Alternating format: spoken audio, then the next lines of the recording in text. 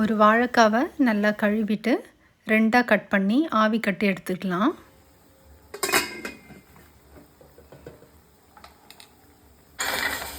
சைடுலேயே சூடான தண்ணியில் சோயாபீன் சேர்த்து வேக வச்சிடலாம்.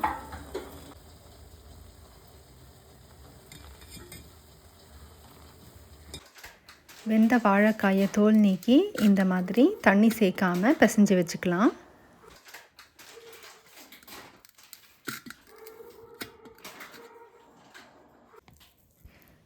வெந்த சோயாபீனையும் தண்ணி இல்லாமல் பிழிஞ்சு எடுத்துகிட்டு இந்த மாதிரி உதுத்து வச்சுக்கலாம். ஒரு பெரிய எலுமிச்சம்பழம் அளவுக்கு புளி எடுத்துக்கோங்க. அதை இந்த மாதிரி கரைச்சி வச்சுக்கோங்க. ஒரு பெரிய தக்காளியை இந்த மாதிரி துண்டுகளாக நறுக்கி வச்சுக்கோங்க. கடலை மாவு 2 ஸ்பூன் எடுத்து வச்சுக்கோங்க. குழம்புக்கு தேவையான மற்ற பொருட்கள் பார்த்துடலாம். கடுகு, ஜீரகம், வெந்தயம், கருவேப்பிலை 2 பச்சை மிளகாய், மிளகாய்த்தூள் 1/2 ஸ்பூன், குழம்பு மிளகாய்த்தூள் 1/2 ஸ்பூன், தனியாத்தூள் 2 ஸ்பூன், 1/4 ஸ்பூன் மஞ்சத்தூள், ஒரு வெங்காயம் பொடியாக நறுக்கி வச்சுருக்கேன், ஒரு 4 பல் பூண்டு இடித்து வச்சுருக்கேன், தேவையான அளவு உப்பு, நான் கல் உப்பு எடுத்திருக்கேன். நம்ம இப்போ பசிஞ்சு வச்ச வாழைக்காய் மசியலோட மிளகாத்தூள், தனியாத்தூள், உப்பு தேவைக்கான அளவு எடுத்து எல்லாத்தையும் பிசைஞ்சு வச்சுக்கலாம். இதோட நம்ம மீல் மேக்கரையும் சேர்த்து பிசைஞ்சிக்கலாம்.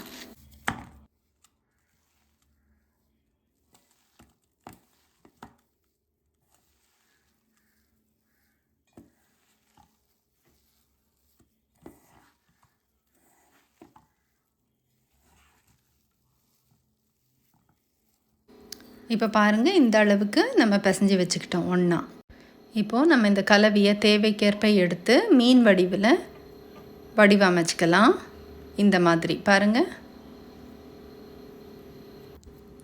கலவை எல்லாத்தையும் இந்த மாதிரி வடிவத்தில் சின்ன சின்ன துண்டுகளாக செஞ்சு வச்சுக்கலாம்.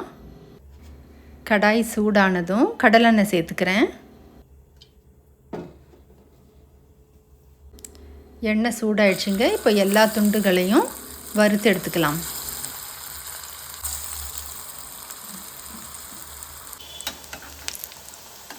ப்ரௌன் கலர் ஆன உடனே திருப்பி போட்டுக்கலாம்.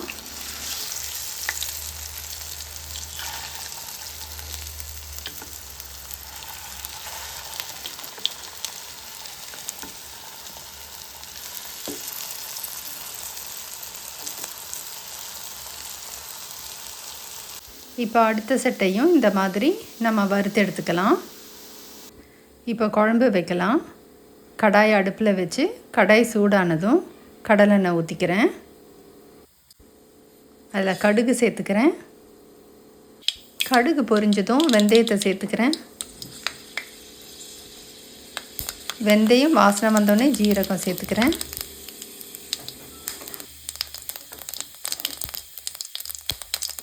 பொடியாக நறுக்கி வச்சிருந்த வெங்காயத்தை சேர்த்துக்கலாம்.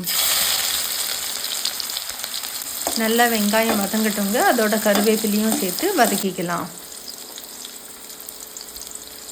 கருவேப்பிலையை நல்லா கிள்ளி கசக்கி சேர்த்துக்கணும். அப்போ தான் குழம்பு வாசனையாக இருக்கும். நல்லா வதக்கிக்கலாம். இந்த அளவு வதங்கிய உடனே தட்டி வச்ச பூண்டு சேர்த்துக்கலாம். இப்போது மஞ்சத்தூளும் சேர்த்து கிளறி விட்டுக்கலாம். மஞ்சத்தூளோட பச்சை வாசனை போன உடனே நம்ம நறுக்கி வச்ச தக்காளியை சேர்த்துக்கலாம். இதோட தேவையான அளவு உப்பு சேர்த்துக்கலாம்.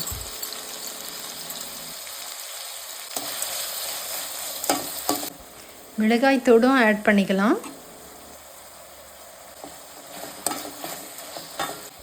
இதோட குழம்பு மிளகாய்த்தூளும் சேர்த்து இளக்கி விட்டுக்கலாம். தக்காளி நல்லா மசிஞ்சிருச்சு. இப்போது தனியாத்தூளையும் சேர்த்துக்கலாம். நம்ம சேர்த்த இந்த தூளோட பச்சை வாசனைலாம் போகிற வரைக்கும் எண்ணெயில் வதக்கிக்கலாம். போதும். இனி புளி கரைசலை சேர்த்துக்கலாம்.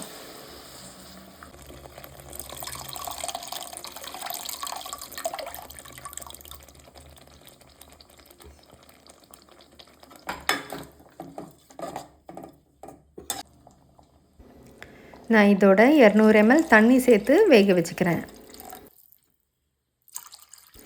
குழம்பு கொதிச்சதும் சைவ மீன் துண்டுகளை சேர்த்துக்கலாம்.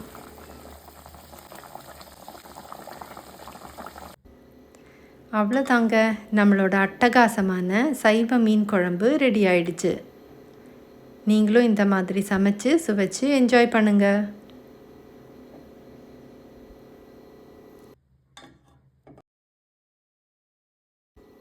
அடுப்பை ஆஃப் பண்ணிவிட்டு கருவேப்பிலையை தூவி விட்டுக்கலாம். இந்த சமையல் குறிப்பெல்லாம் பிடிச்சிருந்ததுன்னா லைக் பண்ணி, ஷேர் பண்ணி, சப்ஸ்கிரைப் பண்ணுங்கள். பெல் ஐக்கானும் ப்ரெஸ் பண்ணிக்கோங்க. மீண்டும் அடுத்த வீடியோவில் சந்திக்கலாம். Until then, bye from Everyday Life Lab.